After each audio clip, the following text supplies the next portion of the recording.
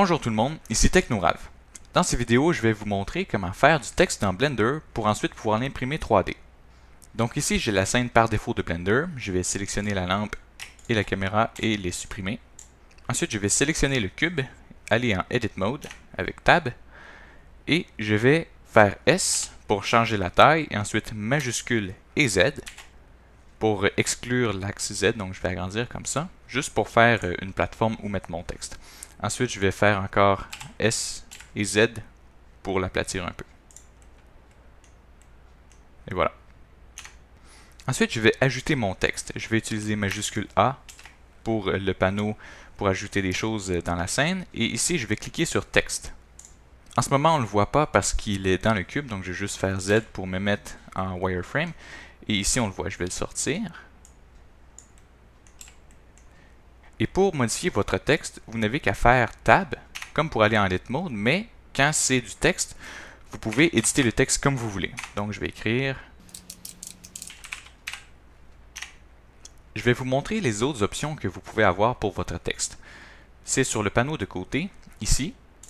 Et par exemple, ici vous avez la résolution du texte. Donc quand vous baissez, vous pouvez voir que vos lettres ont beaucoup moins de vertex. Par défaut, je crois que c'est assez bien. Vous avez d'autres modifications, comme ici par exemple, vous pouvez changer le offset des lettres. Je vois pas exactement l'utilité, peut-être un petit peu peut être pratique, mais comme vous pouvez voir, ça peut faire des choses étranges. Celui-ci ici est très pratique, donc l'extrusion de votre texte. Et une fois qu'il est extrudé, vous pouvez mettre un bevel à vos lettres. Prenez compte par contre que ça grossit vos lettres également, donc peut-être juste le faire un petit peu. Et ensuite, celui ici, résolution, c'est la résolution du bevel. Donc, vous pouvez changer ça pour combien de faces vous voulez à votre bevel. Donc, par exemple, ici, 6 faces. Vous pouvez voir ici. Mais pour l'instant, je vais laisser cela en 2D parce que quand on fait une extrusion par ici du texte, ça peut causer d'autres problèmes plus tard que je vais expliquer. Plus bas, vous avez d'autres outils pratiques. Donc, par exemple, ici, vous pouvez changer la police de votre texte. Donc moi, j'ai utilisé la police Ubuntu Mono. Donc je vais venir dans Windows, Fonts ou bien police en français. Et je vais choisir Ubuntu Mono. Si vous voulez voir vos polices, vous pouvez cliquer ici. Et vous allez voir les polices, de quoi les polices ont l'air. Ici, Ubuntu Mono régulier. Je vais choisir ça. Et donc ici, j'ai ma police. Plus bas, vous avez plusieurs autres options pour la police elle-même. Je ne vais pas les utiliser. Je vais simplement cliquer sur Centre ici pour centrer mon texte dans l'objet. Vous pouvez le faire aussi à droite ou pour le verticalement au-dessus ou en bas. Différentes options comme ça. Pour l'instant, je vais juste garder ça au centre. Donc seulement pour vous montrer qu'est-ce qui arrive quand on extrude par ici.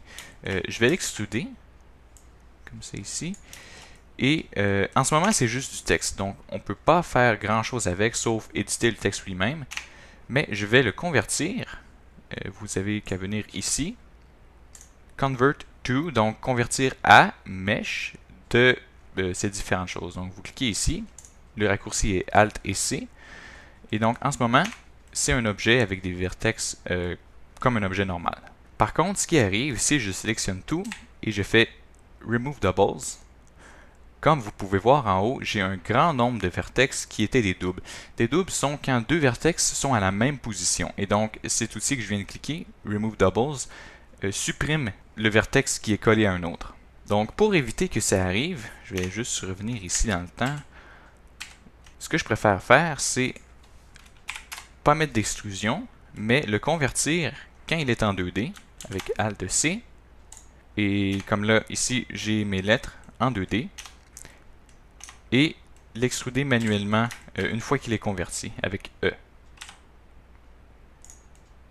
Comme ça ici. Et donc, quand je sélectionne tout et je vais Remove Doubles, je n'ai pas de double.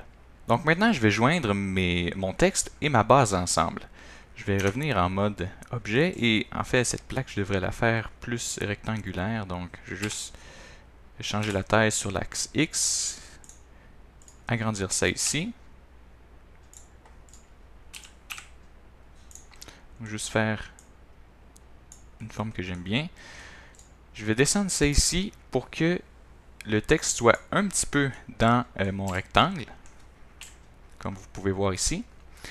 Et pour les joindre, je vais sélectionner cet objet, je vais venir ici dans Modifiers et je vais choisir Boolean. Le modifier Boolean peut servir à soit faire un trou, joindre ou des choses comme ça avec deux objets. Donc, j'ai mon objet en bas de sélectionner.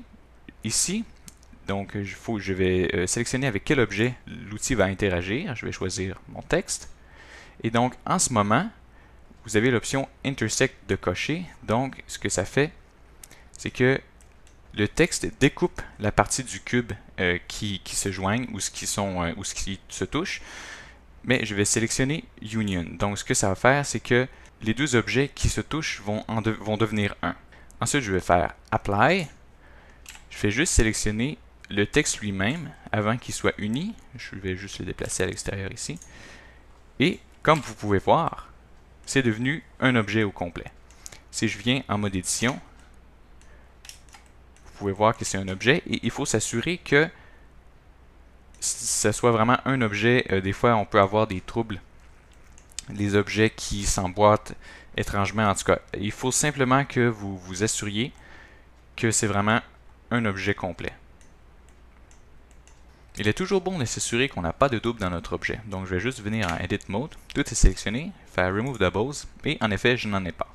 Je vais maintenant vous montrer un add-on qui est très pratique pour l'impression 3D quand on utilise Blender pour l'impression 3D. Donc, vous n'avez qu'à venir dans les préférences ici, dans Add-ons et rechercher Print et cocher ça ici. Vous pouvez ensuite sauvegarder vos préférences si vous voulez et vous devriez la voir sur le côté ici. L'outil est très pratique pour vérifier votre objet avant l'impression. Vous avez vraiment plusieurs options. Pour l'instant, je vais simplement utiliser celle-ci. Donc, quand je clique et que tout est sélectionné, vous pouvez voir que certaines arêtes et faces ont été supprimées de l'objet. L'outil a donc nettoyé l'objet pour que ça fonctionne mieux à l'impression 3D. Donc avec cela, l'objet devrait être prêt à imprimer. Assurez-vous seulement de ne pas exporter l'autre partie de l'objet dans les fichiers STL et tout devrait bien aller. J'espère que vous avez aimé la vidéo. Si oui, n'oubliez pas d'y mettre un like, vous abonner à la chaîne et je vais vous voir dans la prochaine vidéo.